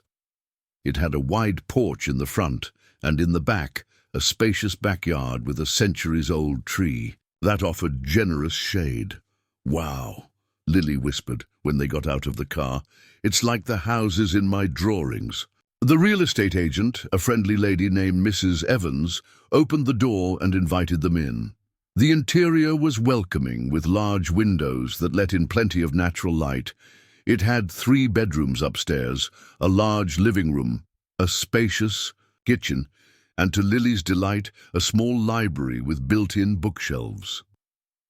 "Can I live here right away?" Lily asked, running from one room to another with an excitement that she hadn't shown in a long time. "If you like it," replied Rich, watching with emotion as the girl explored every corner of the house. I like it a lot," she exclaimed, stopping in front of a window that overlooked the garden. "Look at how many birds." Indeed, there were several birds in the garden, mockingbirds, robins, cardinals, creating a natural symphony that enchanted everyone. Martha approached Rich. "This is the right house," she said quietly. "You can feel the positive energy of the place." "I can indeed," he agreed. "I'm going to make an offer today." 3 weeks later, while the purchase papers were being finalized, something unexpected happened. Ben urgently called Rich on a Thursday morning. "Rich, I need you to come to my office immediately. Bring Martha too. It's about Lily." What happened? Rich asked, his heart pounding. I prefer to explain in person, and maybe it's best to leave Lily with someone you trust today. Martha left Lily with Mrs. Johnson, a dear neighbor who always helped when needed, and followed Rich to Ben's office. When they arrived, they found Sarah Miller also present, with a serious expression on her face. "What's going on?" asked Martha, feeling a chill in her stomach. Ben took a deep breath. "We received information about Jenny Davis, Lily's mother." "What kind of information?" Rich asked. She didn't pass away as we thought," said Sarah Miller carefully. The silence that followed was deafening. Martha and Rich exchanged glances, slowly processing what they had just heard. "What do you mean?" Martha murmured. "She's alive," Ben said directly. "Jenny Davis is alive and has been in a psychiatric clinic in Asheville for 5 years. The revelation hit the two like a tsunami. Rich stood up abruptly, walking to the window, while Martha covered her face with her hands. "That's impossible," Rich said. "Lily told us that she had passed away." "That's what Carol told the girl," Sarah explained. "Jenny had a severe nervous breakdown after the constant mistreatment from her sister. She tried to harm herself and was admitted for treatment. Carol took custody, claiming that her sister was incapacitated." "And she never got better?" Martha asked, tears in her eyes. "She's getting better now," Ben said. "The doctors say that she's been asking about her daughter constantly in recent months. The treatment is working." "My God," Rich whispered. "And now, what does this mean for Lily?" "It means," Sarah said carefully, "that Jenny has legal rights to her daughter. If she is deemed fit by the doctors—" "No," Martha said firmly. "Lily has barely started to recover. She has bonded with us. She can't be ripped away from all this again." "I understand your concern," Sarah said, "but we have to consider what is best for Lily in the long term. A child has the right to be with her biological mother." Ben spoke up. "There are legal precedents for situations like this. We can argue that the sudden change would be detrimental to the child's emotional well-being." "And Jenny," Rich asked, "does she know that we found Lily?" "Not yet," Sarah replied. "We wanted to talk to you first, but she will have to be informed soon." Rich returned to his chair, the weight of the situation settling on his shoulders. "How are we going to tell this to Lily?" "Very carefully," Sarah said. "Maybe we should consult Dr. Reynolds first." That afternoon, an emergency meeting was scheduled with the child psychologist. Dr. Reynolds listened to the whole situation with professional attention, taking notes while processing the implications. "This is an extremely delicate situation," she said. "Lily genuinely believes that her mother passed away. Discovering that this isn't true will be a huge shock." "How should we approach this?" Martha asked. "Gradually. First, we need to prepare Lily for the possibility of changes. Then, introduce the idea that her mother may be alive. And finally, if it's inevitable, prepare her for a possible reunion." "And what if Jenny wants Lily back immediately?" Rich asked. "Then we'll have to fight in court," Dr. Reynolds replied. "But based on what I've observed, Lily is in a stable and loving environment. Any drastic change could be devastating to her emotional development." That night, Rich and Martha returned home in silence, each lost in their own thoughts. Lily was waiting for them with a drawing she had made at Mrs. Johnson's house, the new yellow house with 3 happy figures in front, her, Martha, and Rich. "Look what I drew," she said excitedly. "Our new family in the new house." Martha hugged the girl extra tightly, trying not to cry. "It's beautiful, my dear. When are we moving?" Lily asked. "Soon," Rich replied, his voice laden with an emotion that he struggled to control. "Very soon." That night, after Lily fell asleep, Rich and Martha talked late into the night about the impossible situation they found themselves in. "I can't lose her," Martha said, tears streaming down her face. "She has become my daughter in my heart." "Neither can I," Rich replied. "But if Jenny wants her daughter back, then we'll fight," Martha said with determination. "We'll fight for Lily, for the family we've built. She deserves stability, not another traumatic upheaval in her life." It was a battle that neither of them had foreseen, but both knew that they would do anything to protect the girl who had changed their lives forever. The week following the revelation about Jenny was one of the most difficult that Rich and Martha had ever faced. Both struggled to maintain a normal appearance in front of Lily, but the girl, with her heightened sensitivity, realized that something was different. "Grandma, why are you sad?" she asked one morning while Martha was trying to concentrate on preparing breakfast. "I'm not sad, my dear. I'm just thinking about some grown-up things," Martha replied, forcing a smile. "Is it about our new house? Do you not want to move anymore?" "Of course I want to. We're going to be very happy in the new house." But internally, Martha questioned whether they would really go to the new house or if the whole life they had built together was about to collapse. That afternoon, Dr. Reynolds paid a visit to begin gradually preparing Lily for the possible changes. She sat with the girl in the backyard where they usually had their most important conversations. "Lily, do you remember your mum?" the psychologist asked gently. "Of course I remember. She used to sing to me and make me fritters," Lily replied, her eyes shining with the happy memories. "And do you remember when she went away?" Lily's face clouded over. "Aunt Carol said she went to heaven because of me." "Lily, sometimes adult people tell things that aren't true. Your mom didn't go away because of you, and maybe she didn't go to heaven." Lily's eyes widened. "What do you mean?" "Sometimes, when people get very sad or sick, they need to go to special places where other people take care of them until they get better. Like the hospital where I went when Aunt Carol hurt me. Similar to that, yes." Lily was silent for a long time, processing this new and confusing information. "Is the doctor saying that my mom might be alive?" Dr. Reynolds took a deep breath. "It's a possibility, yes." Tears began to run down Lily's face, not of sadness, but of a complex emotion that mixed hope, confusion, and fear. "But if she's alive, why hasn't she come to get me? Why did she let Aunt Carol hurt me?" "Because she was very sick, my dear. Sometimes, when people are sick in the mind, they can't take care of themselves, let alone other people." That night, Lily barely managed to sleep. She ran to Martha's room several times, full of questions that the teacher struggled to answer appropriately. "Grandma, if my mom is alive, is she going to want to take me away from you?" The question that Martha feared most had finally arrived. She hugged Lily tightly, trying to convey a security that she herself didn't feel.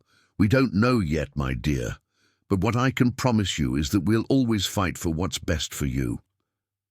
"I don't want to go away," Lily said, her voice small, but determined. "You are my family now, and we always will be," Martha promised, even not knowing if she could keep that promise. 2 days later, Ben brought news that changed everything again. Jenny had been informed about Lily's situation and was insisting on seeing her daughter immediately. "The doctors say that she's stable enough for a supervised meeting," Ben explained during an urgent meeting. "Legally, we can't deny her that right. But Lily has barely started to process the information that her mother may be alive," Rich protested. "A meeting now would be too traumatic." "I agree," said Sarah Miller, "but Jenny is threatening to file a lawsuit if we don't allow the meeting, and unfortunately, she has legal rights to her daughter." Dr. Reynolds spoke up. "If the meeting is inevitable, then at least let's do it in the most controlled way possible. Neutral environment, limited duration, and with all of us present to support Lily." It was decided that the meeting would take place in Dr. Reynolds' office the following Saturday. Jenny would be brought from the clinic, accompanied by a nurse, and a psychiatrist, while Lily would have the support of Martha, Rich, and Sarah Miller. During the days leading up to the meeting, Lily oscillated between excitement and terror. Sometimes she drew figures of a woman she called Mommy. Sometimes she hid under the bed, crying. "What if she doesn't like me anymore?" she asked one night. "What if she thinks I've grown up ugly?" "Your mother will think you're the most beautiful child in the world," Rich replied, even he himself being terrified by the possibilities of that meeting. On Saturday morning, Lily woke up earlier than usual. She had chosen her prettiest dress, a yellow one with flowers that Martha had bought for her, and asked Martha to make 2 braids in her hair. "I want to be pretty for Mommy," she said, looking at herself in the mirror with a mixture of anxiety and hope. Dr. Reynolds' office had been specially prepared for the meeting. Toys and books were scattered around the room to create a more relaxed atmosphere, and chairs had been arranged in a way that wouldn't intimidate either mother or daughter. When Jenny arrived, Rich was shocked by her appearance. The woman he remembered as a cheerful and efficient employee had become a fragile figure, too thin, with grey hair and eyes that reflected years of suffering. But when she saw Lily, her expression transformed completely. "My little one," Jenny whispered, tears streaming down her face. "My beautiful girl." Lily hid behind Martha, observing the woman who was her mother, but who was also a stranger. The 4-year-old child that she remembered had grown up, changed, bonded with other people. "Hi, Mommy," Lily said timidly. "You've grown so much," Jenny said, controlling the urge to run to hug her daughter. "You're so pretty, so healthy." Gradually, with the careful mediation of Dr. Reynolds, mother and daughter began to talk. Jenny said that she had been sick, that she thought of Lily every day, that she deeply regretted leaving her daughter with Carol. "I didn't know she was going to hurt you," Jenny said, her voice broken by crying. "If I had known, I never would have." "It's okay, Mommy," Lily said, her childlike compassion speaking louder than any hurt. "Now I'm safe with Grandma Martha and Uncle Rich." It was at this moment that the reality of the situation hit Jenny. Her daughter had created a new family, people who clearly loved and cared for her. She looked at Martha and Rich, seeing the genuine love in their eyes when they looked at Lily. "You took good care of her," Jenny said, addressing them. "I can see that she is loved." "Very loved," confirmed Martha, her voice choked with emotion. The meeting lasted 2 hours, enough time for mother and daughter to reconnect minimally, but not so much that it was overwhelming for either of them. When it was time for Jenny to leave, she knelt in front of Lily. "My dear, Mommy needs to go, back to the place where she's healing, but I'll think of you every day." "Will you get better?" Lily asked. "I'll try very hard, and when I'm completely well, we'll talk about our future, okay?" Lily nodded, hugging her mother for the first time in 5 years. It was a brief hug, still hesitant, but full of possibilities. After Jenny left, Lily was quiet for a long time. Finally, she looked at Martha and Rich. "She looks sad," Lily said, "but I still want to stay with you." That night, while Lily slept exhausted by the emotional meeting, Rich and Martha received a call that would change everything once again. It was Dr. Reynolds, with news about a conversation she had had with Jenny after the meeting. "Jenny has made a decision," the psychologist said. "A decision that you need to hear." Dr. Reynolds's call left Rich and Martha in suspense for an entire night. The psychologist had asked to meet them the next day for an important conversation about Jenny's decision, but hadn't given details over the phone. On Sunday morning, the two headed to the office while Lily stayed once again with Mrs. Johnson. The girl had woken up talking about the meeting with her mother, mixing joy at having seen her with relief at still being with her chosen family. "She's still sad," Lily had commented during breakfast, "but I think she wants to get well."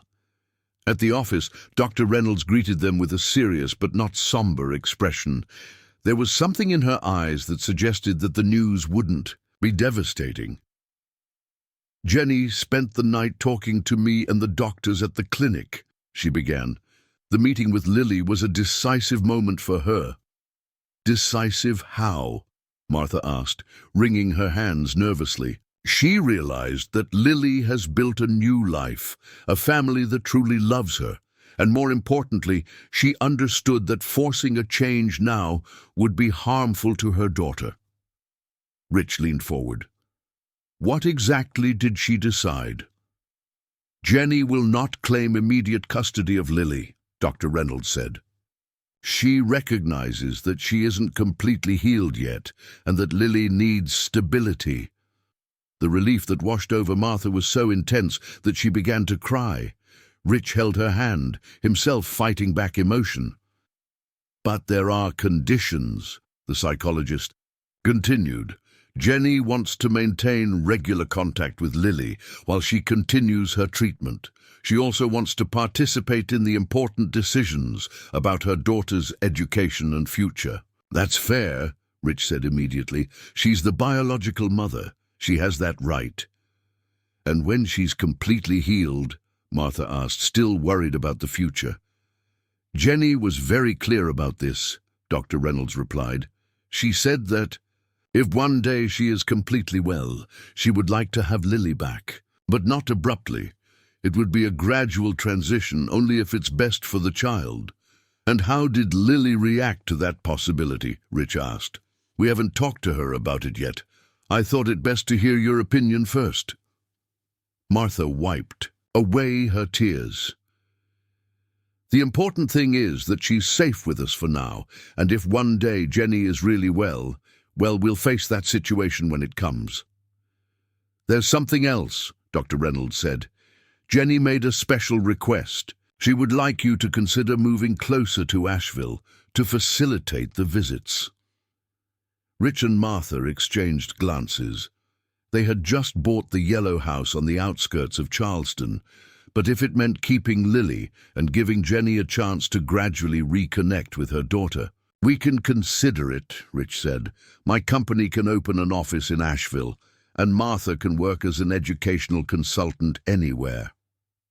When they returned home, they found Lily playing in the backyard with Mrs. Johnson, drawing more birds on a large sheet of paper. Hi, Grandma. Hi, Uncle Rich, she shouted, running to hug them. I drew Mommy along with you. The drawing showed 4 figures now, Martha, Rich, Lily, and a long-haired woman who represented Jenny. All were smiling, surrounded by the inevitable colorful birds. It's beautiful, my dear, Martha said. Did you enjoy seeing your mom yesterday? I did, but she was very thin. I think she needs to eat Grandma's cookies to get strong. Lily's innocence deeply touched the 2 adults. Even at 4 years old, she intuitively understood that her mother needed care. That afternoon, Dr. Reynolds came to have dinner with them. She had become almost part of the family in recent weeks. During the meal, she carefully explained to Lily that her mother would like to see her more often, but that she would continue to live with Martha and Rich. Can I see Mommy again? Lily asked, excited. You can. Maybe once a week while she gets better. And will she like my drawings? I'm sure she will. 2 weeks later, a new routine was established. Every Saturday, Lily visited Jenny at the clinic in Asheville, always accompanied by Martha or Rich. The meetings were supervised initially, but gradually became more natural. Jenny was visibly improving. She had gained weight. Her hair was better, cared for, and above all, there was a new light in her eyes. Seeing Lily happy and safe seemed to be the best medicine for her recovery. She's becoming a beautiful girl, Jenny said to Martha during one of these visits. Thank you for taking such good care of her. There's no need to thank me, Martha replied. Lily has become the daughter I never had. It was during one of these conversations that Jenny made a revelation that surprised everyone. There's something you need to know about Lily's father, she said, looking nervously at Rich. The businessman felt his heart accelerate. What do you mean? He worked at your company too. It was Carl from the engineering department. Rich remembered immediately. Carl Fisher had been an excellent employee who had left the company around the same time as Jenny, claiming to have received a better offer in another state. "Carl is Lily's father?" he asked, still processing the information. "He is, but he doesn't know. When I found out I was pregnant, he had already left. I tried to contact him, but I never could." "Why didn't you ever tell me this when you worked with me?" "Because I was afraid. Afraid of losing my job, afraid of judgment. And when Carl left, well, I thought it best to raise Lily alone." This revelation brought a new dimension to the story. Lily had a living father somewhere, a man, who didn't even know of her existence. "Would you like us to try to find Carl?" Rich asked. Jenny thought for a long moment. "Maybe. When I'm completely well, maybe it's time for Lily to meet her father too." That night, back in Charleston, Rich and Martha talked about this new revelation while Lily slept peacefully. "Our family can get even bigger," Martha commented. "Are you scared of that?" Rich asked. "A little," she admitted, "but if it's the best for Lily, we'll face it together." It was then that Rich made a decision that had been maturing for weeks. "Martha, there's something I want to ask you." "What is it?" "Will you marry me?" The question caught Martha completely off guard. They had become life partners, united by the love they shared for Lily, but marriage had never been discussed. "Rich, It's not just for Lily," he hurried to explain. "Although she has brought us closer, it's because I've discovered that you're the most generous, brave, and loving person I've ever met, and I can't imagine my life without you." Martha looked at this man who had entered her life so unexpectedly and changed everything. He had gone from distant neighbor to partner, from stranger to family. "Yes," she said simply. "Yes, I would marry you." The next morning, Lily woke up to find the two most important adults in her life, with mysterious smiles on their faces. "We have a surprise for you," Martha said. "Uncle Rich and I are getting married. That means he's going to be your daddy in our hearts officially." Lily was silent for a moment, processing the information. Then her face lit up with the most radiant smile they had ever seen. "Are we going to be a real family?" she asked. "We already are," Rich replied, picking her up in his arms. "Now we're just going to make it official." At that moment, looking out the kitchen window at the street where it had all begun, Rich thought about how life had a mysterious way of fixing broken things and creating beauty from pain. The months that followed brought a stability that none of the three had experienced before. The wedding of Martha and Rich was a simple and intimate ceremony at the historic church in Charleston, with Lily as the flower girl, wearing a pink dress that she had chosen personally. "Now we're a real family on paper too," Lily said during the party, holding the hands of the two adults who had become her parents in her heart. The move to the Yellow House finally happened, and Lily adapted to her new home with an ease that surprised even Dr. Reynolds. Her room was painted light blue, with drawings of birds on the walls, no longer the sad and black birds she drew during Carol's time, but colorful and cheerful birds that represented her new life. The weekly visits to Jenny became a natural part of the family routine.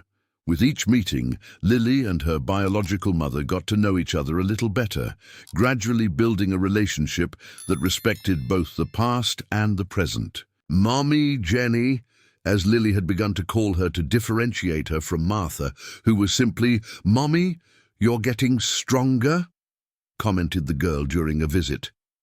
"I am, my dear, and it's because you give me the strength to get better," replied Jenny, who had truly transformed. Her hair had returned to its natural shine, she had gained healthy weight, and above all, she had regained the serenity that Rich remembered from when she worked for him. It was during one of these visits that Jenny made an announcement that would change the dynamics of the family once again. "The doctors said that I can be discharged from the clinic next month," she said, carefully observing everyone's reactions. "I'm going to live in an assisted living facility in Asheville, where I'll have independence but still psychological support when needed." The silence that followed was laden with complex emotions. Lily, now 5 years old and more mature, immediately understood the implications. "Does that mean you can come visit us at our house?" she asked. "It means exactly that," Jenny replied with a smile. "If your parents agree, of course." "Of course we agree," Rich said immediately. "You'll always be welcome. And maybe," Jenny continued hesitantly, "we can start talking about that subject we discussed before." Everyone knew she was referring to Lily's father. In recent months, Ben had done some discreet investigations and discovered that Carl Fisher was living in Richmond, Virginia, working as a civil engineer. And according to the information collected, single and childless. "Are you sure you want to contact him?" Martha asked. "I think Lily has the right to know her father," Jenny replied, "but only if you agree. You are her parents now, and I respect that completely." Lily, who listened to everything attentively, asked the question that everyone expected. "If I meet my blood daddy, will you still be my parents?" "Forever," promised Rich, hugging her. "Nothing and no one can change that." 2 weeks later, an unusual meeting took place in the Yellow House. Carl Fisher had accepted the invitation to meet the daughter he didn't know existed, and was now sitting nervously in the living room, looking at Lily with a mixture of astonishment and emotion. "She has your eyes," commented Jenny, who had been released from the clinic the day before and was making her first visit to her daughter's new home. Carl, a tall and dark-haired man of 35, watched Lily with fascination. "I can't believe I have a daughter," he murmured, "and that she's so beautiful and intelligent." "Do you want to see my drawings, Daddy Carl?" asked Lily, naturally using the name she had decided to give him. "Of course I want to," he replied, clearly moved. During the following hours, a new family dynamic began to form. Carl showed himself to be genuinely interested in getting to know Lily and in being part of her life, but also respectful of Rich and Martha's role. "You saved my daughter," he said to the couple, "and you gave her something I could never have given, a stable and loving family. I'm eternally grateful." "She saved us too," Martha replied. "Lily taught us what unconditional love is." It was decided that Carl would visit Lily once a month, and that gradually they would try to build a father-daughter relationship that complemented, not competed with, the bonds she had already formed. "Now I have 4 parents," Lily joked one night while Martha was putting her to sleep. "Daddy Rich, Mommy Martha, Mommy Jenny, and Daddy Carl. And we all love you very much," replied Martha, kissing the girl's forehead. The following month, something extraordinary happened. Carol, who had spent the last months in treatment for alcoholism, asked to meet Lily. The initial request was denied by all the responsible adults, but Dr. Reynolds suggested that maybe it would be therapeutic for both. "Not to restore bonds," she explained, "but so that Lily can confront her past from a position of strength and safety." The meeting was carefully organized, with all the parents present and with limited duration. Carol, visibly transformed by the treatment, asked Lily for forgiveness with tears in her eyes. "I was very sick," she said, "and I hurt you in ways that should never have happened. I don't expect you to forgive me, but I want you to know that I regret everything." Lily, now more mature and secure, looked at the woman who had once been her source of terror. "Aunt Carol, you hurt me a lot, but now I'm happy and safe." "I know, and I'm glad you found people who truly love you." The meeting was brief, but brought a sense of closure that helped Lily to move on completely. 6 months later, life in the Yellow House had found a perfect rhythm. Lily attended the local school, where she was one of the most beloved students, always drawing colorful birds and talking about her large and loving family. Jenny had moved to a small apartment in Asheville and worked part-time as a secretary, visiting Lily every week. Carl came from Richmond once a month, always bringing carefully chosen gifts and stories about his work as an engineer. "You know, what impresses me the most," Dr. Reynolds said during one of her regular visits, watching Lily play in the garden. "How she managed to integrate all these relationships without confusion or conflict. She simply accepted that she can have many people who love her." "Children are wiser than adults sometimes," commented Rich, watching his daughter in his heart teach a song to the real birds that visited the backyard. Martha smiled, thinking about how her life had completely changed. From a lonely retired teacher, she had become a mother, a wife, and the center of an unconventional but deeply loving family. Who would have said that a 4-year-old girl who suffered in silence would change so many lives, she commented. "She didn't just change our lives," Rich replied. "She taught us that family isn't about blood or conventions. It's about love, protection, and choice." At that moment, Lily ran up to them, holding a new drawing, a yellow house surrounded by colorful birds, with 6 figures holding hands in front. Her, Martha, Rich, Jenny, Carl, and, in a recent addition, Dr. Reynolds. "Look," she said proudly, "my complete family." And it really was. A family built not by chance or tradition, but by choice, love, and the determination of adults who decided that a child deserved all the happiness in the world. A year later, on the eve of Lily's 6th birthday, an unexpected discovery brought the perfect ending to a story that had begun with so much suffering. Martha was organizing some old papers in the office when she found a dusty box that had belonged to the previous owner of the yellow house. "Rich, come see this," she called, carefully opening the box. Inside, there were old photographs of the house and a sealed letter dated 5 years ago. The letter was addressed to "Whoever takes care of this house after me," and was signed by Mrs. Eleanor, the lady who had lived there before them. "Whoever finds this letter," Rich read aloud, "should know that this house was built to house love and healing. For 50 years, I raised here 4 children who were not born from my womb, but from my heart. Children who arrived wounded by life and left healed by love. This house has a special energy for that. If you are here, you are probably also taking care of someone who needs healing. The house will help you, as it has helped me during all these years." Martha covered her mouth with her hands, touched. "She also adopted wounded children." "And we didn't even know," Rich murmured. "It's like the house chose us."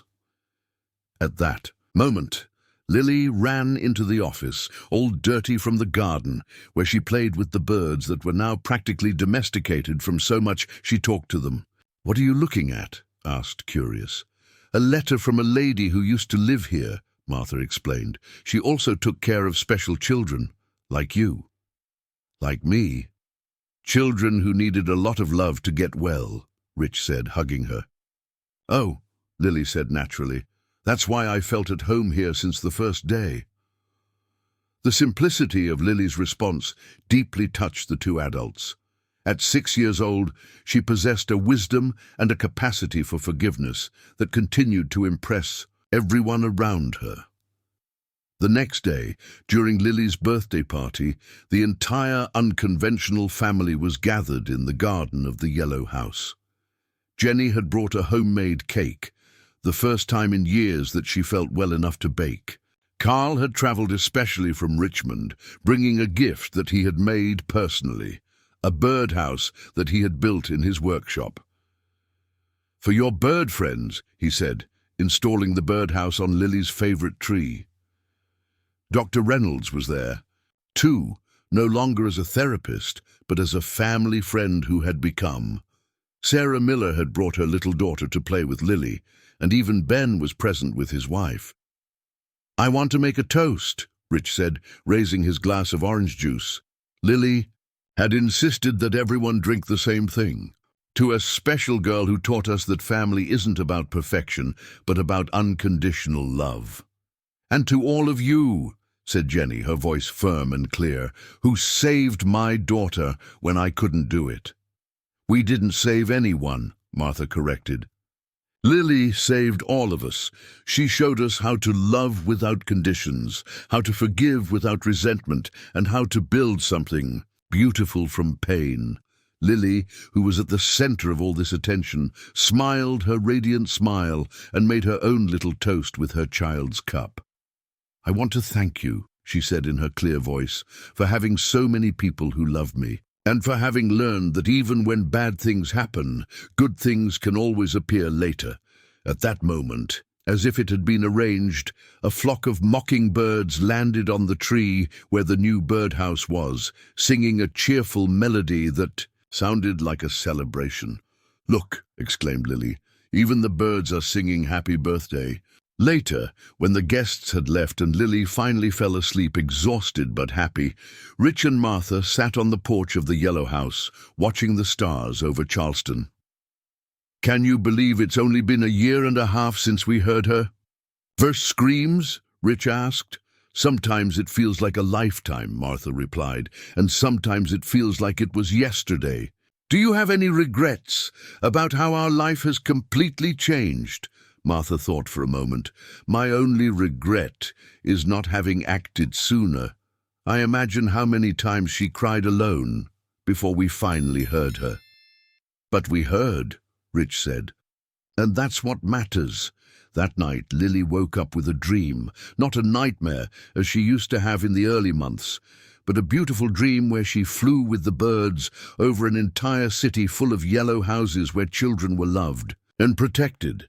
She got out of bed and walked to her parents' room, finding them sleeping peacefully. For a moment, she stood watching them, thinking about how different they were from all the other people who had taken care of her. Then she returned to her room and took her drawing book. By the light of the lamp, she drew her family once again. But this time, she included something new. In the drawing, all the figures had small wings, as if they were angels taking care of each other. And in the corner of the sheet, she wrote with her still childlike handwriting, "My family that helped me to fly." 6 months later, on a sunny, spring morning, Lily made a statement that perfectly summarized her journey of healing. "Mommy," she said to Martha while helping to water the flowers in the garden, "I had a life before that was very sad. But now I have a life that is very happy. And I think the sad life made me know how to value the happy life more." Martha stopped watering the plants and looked at that extraordinary girl who had transformed not only her life, but the lives of so many people. "You are very wise for a 6-year-old, she said. "It's because I went through difficult things," Lily replied naturally, "but now I know that I can go through anything because I'll always have you." At that moment, Rich arrived from work earlier than usual, something that had become routine since Lily entered their lives, and found his. 2 favorite women in the garden, surrounded by butterflies and birds, laughing at something Lily had just said. It was a scene of perfect peace, an image that he would cherish forever, the family that he hadn't planned, but that had become the most important thing in his existence. "What are you doing, my flowers?" he asked, using the affectionate nickname he had created for them. "Talking about how good it is to be happy," Lily replied, running to hug him. "And how good it is to have a real family," added Martha.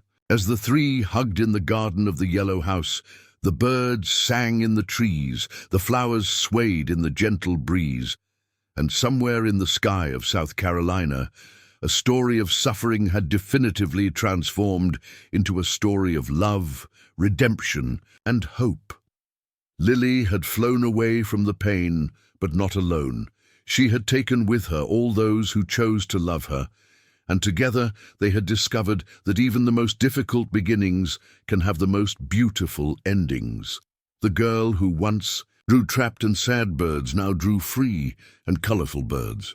And in that simple transformation of a child was contained all the magic of a family that chose each other, of a love that healed deep wounds and of a hope that proved to be stronger than any pain.